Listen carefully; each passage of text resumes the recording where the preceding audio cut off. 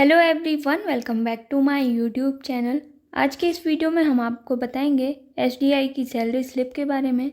एक एसडीआई को कितनी सैलरी मिलती है यदि आप सीजीएल निकाल कर आ रहे हैं डिपार्टमेंट ऑफ पोस्ट में, तो आपको किस तरीके की सैलरी देखने को मिलेगी, या फिर आप पीए से प्रमोशन लेकर एसडीआई बनते हैं तो आपको कितनी सैलरी मिलेगी। आज के इस वीडियो में सारी बातें करेंगे।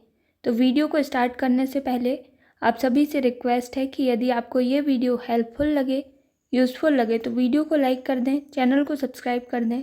और मेरा इस सैलरी स्लिप को दिखाने का मोटिव केवल यही है, आप लोगों तक जानकारी को पहुंचाना। यदि आप प्रमोशन लेना चाहते हैं तो आपके माइंड में चीज़ें क्लियर हो जाएं, या फिर आप सीजीएल से एग्ज़ाम निकाल कर आ रहे हैं तो आपको क्लियर हो जाए कि आपको कितनी सैलरी मिलेगी, आपको इसे ज्वाइन करना चाहिए, नहीं करना चाहिए। इसी वजह से यह वीडियो मैं लेकर आई हूँ। इस वीडियो को बनाने का उद्देश्य कुछ भी गलत नहीं है। तो चलिए वीडियो को स्टार्ट करते हैं। यहाँ पर आप देख सकते हैं, हम देख रहे हैं इंस्पेक्टर ऑफ पोस्ट की सैलरी स्लिप, यानी कि एसडीआई की। इनका लेवल 7 है और पे इंडेक्स 2 के हिसाब से सैलरी मिल रही है। यह सैलरी स्लिप 31/5/2025 की है, बिल्कुल लेटेस्ट सैलरी स्लिप है।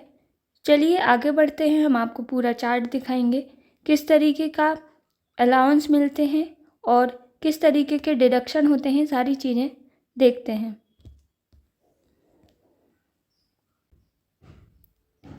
यहाँ पर हमने पूरा चार्ट आपको दिखा दिया है। यहाँ पर आप देख सकते हैं एसडीआई का बेसिक पे 46,200 रुपये बन रहा है। 55% के हिसाब से डीए 25,410 रुपये है। डीए ऑन टीपीए यह 990 रुपये है। हाउस रेंट अलाउंस 4,620 रुपये है। इसका मतलब कि आप रूरल एरिया में रह रहे हैं, इस वजह से 10% हाउस रेंट अलाउंस मिल रहा है। यदि आप किसी सिटी एरिया में रहते हैं तो यह 16% या 24% मिलता है। यह आप लोगों के निवास के स्थान पर डिपेंड करता है। ट्रांसपोर्ट अलाउंस 1,800 रुपये है। ट्राइबल एरिया अलाउंस 1,000 रुपये है। इसका मतलब कि आप ट्राइबल एरिया में रह रहे हैं तो आपको ट्राइबल एरिया का अलाउंस 1,000 रुपये मिल रहा है। इस तरीके से आप देख सकते हैं सारे अलाउंस मिलाकर सैलरी 80,020 रुपये बन रही है, जो कि एक बहुत अच्छी सैलरी है। यदि आप सीजीएल निकाल कर आ रहे हैं तो आपको इसे बेहिचक ज्वाइन कर लेना चाहिए। जॉब भी बहुत अच्छी रहती है। इसके बाद हम देखते हैं डिडक्शन। तो एनपीएस कंट्रीब्यूशन हो रहा है 7,161 रुपये। इसका मतलब एनपीएस कंट्रीब्यूशन यह भी 10% होता है। जो भी आपका डीए और बेसिक पे होता है, इसका मिलाकर 10% एनपीएस कंट्रीब्यूशन होता है। प्रोफेशनल टैक्स 208 रुपये कट रहा है। अब यह नई चीज़ देखने को मिल रही है, लॉस रिकवरी। तो इसका मतलब है कि यदि विभाग में किसी भी कर्मचारी के द्वारा कुछ भी गलती की गई हो जिससे विभाग के पैसों का दुरुपयोग हुआ हो या कुछ लॉस हुआ हो, तो उसकी रिकवरी कहाँ से की जाती है? एसडीआई के अकाउंट से की जाती है। एसडीआई के अंडर में जितने भी लोग कार्य कर रहे होंगे तो उनकी निगरानी का कार्य एसडीआई का होता है। लेकिन यदि कहीं पर भी कुछ भी पैसों की गड़बड़ी होती है तो गवर्नमेंट उसकी रिकवरी एसडीआई के अकाउंट से करती है। तो इसीलिए यहाँ पर लॉस रिकवरी 5,508 रुपये हो रही है। इसके पश्चात कॉरपोरेटिव क्रेडिट सोर्स, इसके पैसे 12,622 रुपये कट रहे हैं। इसका मतलब है कि इन्होंने किसी सहकारी समिति से लोन लिया है जिसके पैसे यहाँ पर डिडक्ट हो रहे हैं। इसके पश्चात पीएलआई प्रीमियम, तो इनकी पीएलआई 5,834 रुपये की कट रही है। इस वजह से इनका पीएलआई प्रीमियम भी सैलरी से डिडक्ट हो रहा है।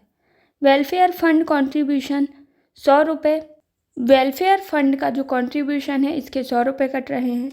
CGEGIS सेविंग फंड, यानी कि central government employ group insurance, इसके लिए 60 रुपये कट रहे हैं।